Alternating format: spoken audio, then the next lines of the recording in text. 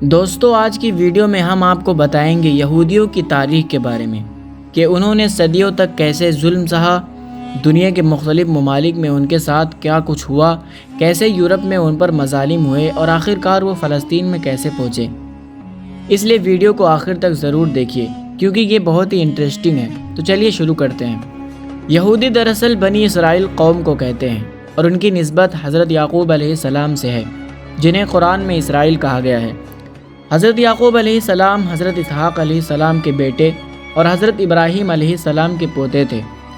ان کے 12 بیٹے تھے اور انہی 12 بیٹوں کی نسل سے 12 قبیلے بنے، جنہیں اسباط بنی اسرائیل کہا جاتا ہے۔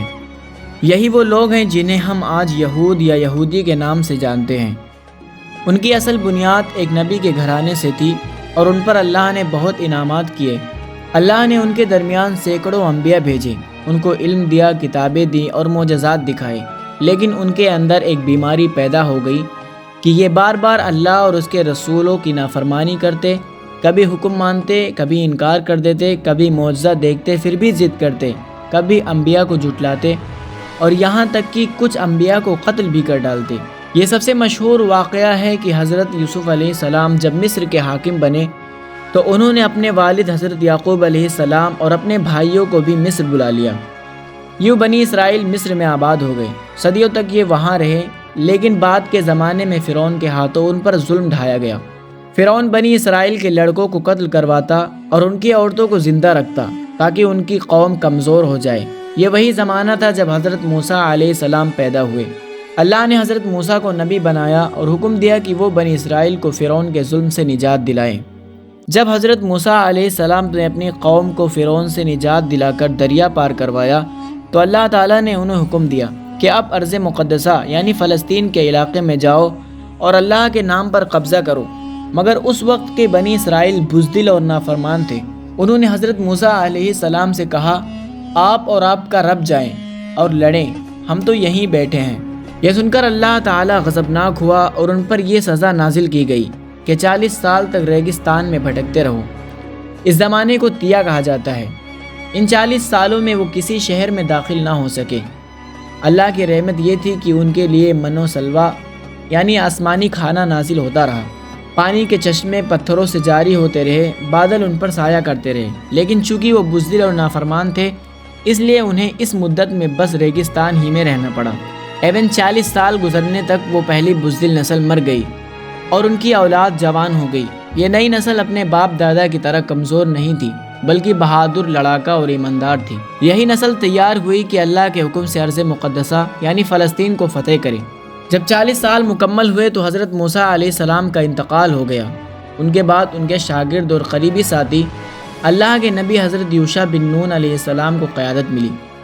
انہیں انگریزی میں جوشوا کہا جاتا ہے۔ حضرت یوشع نے بنی اسرائیل کو تیار کیا اور انہیں لے کر فلسطین کی طرف بڑھے۔ جب بنی اسرائیل فلسطین پہنچے تو وہاں بڑے بڑے جابر اور طاقتور لوگ آباد تھے۔ حضرت یوشع علیہ السلام نے اللہ سے دعا کی اور جنگ شروع ہوئی۔ ایک مشہور واقعہ ہے کہ حضرت یوشع نے دعا کی تو سورج رک گیا تاکہ وہ دن ہی میں جنگ مکمل کر سکیں۔ اللہ کی مدد سے بنی اسرائیل کو کامیابی ملی اور وہ فلسطین میں داخل ہو گئے۔ یہاں ان کا پہلا اصل قبضہ اور سکونت تھی ارض مقدسہ میں۔ لیکن حضرت یوشع علیہ السلام کے بعد وقت گزرتا گیا۔ بنی اسرائیل کی حالت یہ تھی کہ جب ان کے درمیان نبی یا اللہ والا رہتا تو وہ سیدھے رہتے، جیسے ہی نبی کا انتقال ہوتا تو یہ لوگ پھر سے نافرمانی اور بغاوت میں پڑ جاتے، کبھی بت پرستی شروع کر دیتے، کبھی اللہ کے حکم سے غفلت برتتے۔ اس لیے بار بار ان پر آزمائشیں آئیں، دشمن ان پر غالب آتے، پھر اللہ کوئی نبی بھیجتا، وہ انہیں سیدھا کرتا، پھر وہ کچھ عرصے ٹھیک رہتے اور پھر سے بگڑ جاتے۔ اسی طرح کئی نسلیں گزری، یہاں تک کہ ایک وقت ایسا آیا کہ فلسطینی قوم جنہیں فلسطی بھی کہتے ہیں بنی اسرائیل پر غالب آ گئی۔ ان کا سب سے بڑا سردار اور پہلوان جالوت تھا۔ بنی اسرائیل جالوت کے ڈر سے ڈرے ہوئے تھے۔ اس دور میں ان کے نبی حضرت سموئیل علیہ السلام تھے جنہوں نے طالوت کو بادشاہ مقرر کیا۔ طالوت کی فوج میں حضرت داؤد علیہ السلام ایک نوجوان سپاہی کی حیثیت سے شامل تھے۔ پھر وہی جنگ ہوئی جس میں حضرت داؤد علیہ السلام نے جالوت کو قتل کیا اور بنی اسرائیل کو ایک عظیم فتح ملی۔ اس کے بعد حضرت داؤد علیہ السلام کو اللہ نے نبوت اور بادشاہت دی۔ حضرت داؤد علیہ السلام کے انتقال کے بعد ان کے بیٹے حضرت سلیمان علیہ السلام بادشاہ بنے۔ اللہ نے حضرت سلیمان علیہ السلام کو نہ صرف بادشاہی عطا کی بلکہ نبوت کا درجہ بھی دیا، یعنی وہ نبی اور حکمران دونوں تھے۔ ان کی سلطنت حضرت داؤد علیہ السلام کی مضبوط بنیاد پر قائم ہوئی، لیکن ان کے دور میں انہوں نے اسے مزید ترقی اور خوشحالی کی بلندیوں تک پہنچایا۔ حضرت سلیمان علیہ السلام کے دور میں سب سے اہم کام یہ ہوا کہ انہوں نے عدل و انصاف کو ہر سطح پر نافذ کیا۔ وہ ہر معاملے میں صحیح اور منصفانہ فیصلے کرتے، جس کی وجہ سے ان کی قوم میں امن اور اعتماد قائم ہوا۔ انہوں نے معیشت، تجارت اور فوجی نظام مضبوط کیا تاکہ کوئی دشمن دوبارہ حملہ نہ کر سکے۔ اللہ نے حضرت سلیمان علیہ السلام کو زبردست حکمت اور قدرتی اختیارات بھی دیے۔ وہ جانوروں، پرندوں اور حتیٰ کہ جنات کو بھی کام میں لگانے کی طاقت رکھتے تھے۔ اس کے علاوہ انہوں نے بیت المقدس میں عظیم ہیکل سلیمانی تعمیر کیا، جو عبادت اور اللہ کے قریب ہونے کا سب سے اہم مقام بن گیا۔ حضرت سلیمان علیہ السلام کے دور میں فلسطین اور اس کے ارد گرد کے علاقے خوشحال اور مضبوط ہوئے۔ لوگ امن، سکون، علم، تجارت اور ترقی کی زندگی گزارنے لگے۔ حضرت سلیمان علیہ السلام کے بعد ان کا بیٹا روحام بادشاہ بنا۔ شروع میں تو وہ تھوڑا اچھا تھا، لیکن جلد ہی ظالم ہو گیا۔ اس کے ظلم اور ٹیکس کی وجہ سے شمال کے 10 قبائل الگ ہو گئے اور شمالی بادشاہت اسرائیل بن گئی، جبکہ جنوبی قبیلے یہودا میں ہی رہ گئے، جس کا مرکز یروشلم تھا۔ شمالی بادشاہت کے زیادہ تر بادشاہ نافرمان اور بت پرست تھے۔ جنوبی بادشاہت میں بعض نیک اور بعض ظالم آئے، اور قوم اکثر نافرمانی کرتی، بت پرستی کرتی اور نبیوں کی نصیحتیں نہیں مانتی۔ اللہ نے نبی بھیجے جیسے حضرت یسیع، حضرت حزقییل اور حضرت دانییل، تاکہ لوگ نافرمانی اور بت پرستی چھوڑیں، لیکن زیادہ تر لوگ نہ مانیں۔ شمالی بادشاہت سن 722 قبل مسیح میں اسوریوں کے ہاتھوں تباہ ہوئی، لوگ قید کر لیے گئے اور قبائل بکھر گئے۔ جنوبی بادشاہت یہودا سن 586 قبل مسیح میں بابلی بادشاہ نبوکد نصر کے ہاتھوں تباہ ہوئی۔ یروشلم اور ہیکل سلیمانی مکمل طور پر تباہ کر دیے گئے۔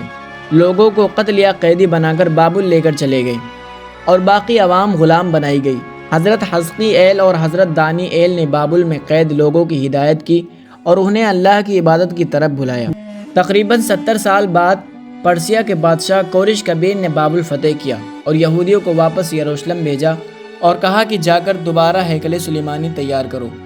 جنوبی قبیلے واپس آئے اور یروشلم میں دوسرا ہیکل سلیمانی تعمیر کیا، جبکہ شمالی قبائل کی بڑی تعداد ہمیشہ بکھر گئی اور دوبارہ متحد نہ ہوئی۔ یہودی پرانے مذہبی اصول اور تورات کے احکام برقرار رکھ کر عبادت کرنے لگے، لیکن سیاسی آزادی محدود رہی۔ بعد میں یہودی، یونانی اور پھر رومی حکمرانی میں آئے۔ رومی دور میں یہودی اکثر حکمرانوں کی طاقت کو چیلنج کرتے، ٹیکس ادا کرنے سے کتراتے اور مذہبی آزادی چاہتے تھے، جس کی وجہ سے سن 66 سے 80 عیسوی میں رومیوں نے یروشلم پر حملہ کیا، شہر کو گھیر کر دوسرا ہیکل سلیمانی بھی تباہ کر دیا۔ بہت سے یہودی قتل یا قیدی بنا کر دنیا کے مختلف حصوں میں پھیلا دیے گئے، جسے بعد میں دیاسپورا کہا گیا۔ زیادہ تر یہودی یورپ میں بسے۔ یورپ میں یہودیوں کو صدیوں تک ظلم اور مظالم کا سامنا کرنا پڑا۔ ان کے ساتھ مذہبی بنیادوں پر امتیاز کیا گیا، انہیں اکثر معاشرتی اور اقتصادی حقوق سے محروم رکھا گیا۔ بعض ممالک میں انہیں شہر کی دیواروں کے باہر بسنے پر مجبور کیا گیا۔ اسکولوں اور کاروبار میں پابندیاں لگائی گئیں اور انہیں اکثر جھوٹے الزامات جیسے خون کے الزام اور معاشرتی بحران کا ذمہ دار ٹھہرایا گیا۔ قرون وسطیٰ میں اسپین، فرانس، جرمنی اور دیگر ممالک میں قتل عام، جلا وطنی اور جبری مذہبی تبدیلیاں ہوئیں۔ مثال کے طور پر 1391 میں ہسپانیہ میں ہزاروں یہودی قتل ہوئے اور بہت سے مجبور ہو کر عیسائیت قبول کرنے پر مجبور ہوئے۔ اس کے علاوہ 15ویں اور 16ویں صدی میں یورپ کے مختلف حصوں سے یہودیوں کو ملک بدر کیا گیا، ان کی زمینیں اور کاروبار ضبط کر لیے گئے اور انہیں کئی صدیوں تک معاشرتی اور سیاسی حقوق نہیں دیے گئے۔ یہودی یورپ میں تقریباً 1500 سے 1940 تک صدیوں تک مختلف ممالک میں بکھرے رہے اور اکثر سخت حالات میں زندگی گزارنی پڑی۔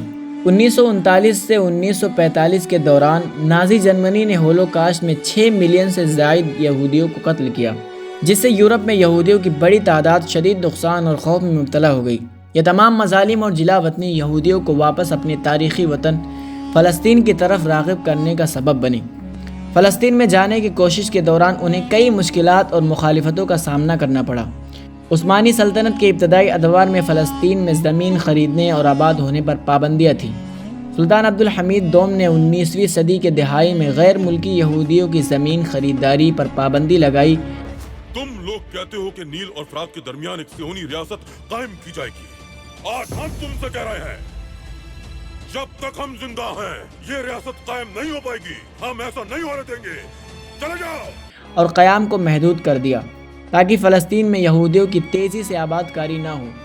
اس دوران یہودیوں کو مقامی فلسطینی اور عثمانی حکام کی مخالفت، مالی مشکلات اور قانونی رکاوٹوں کا سامنا بھی کرنا پڑا، مگر پھر بھی یہودی صہیونی تحریک کے تحت فلسطین میں پہنچنے لگے، زمین خریدی، چھوٹے گاؤں اور شہر بسائے اور معاشرتی اور زرعی ترقی شروع کی۔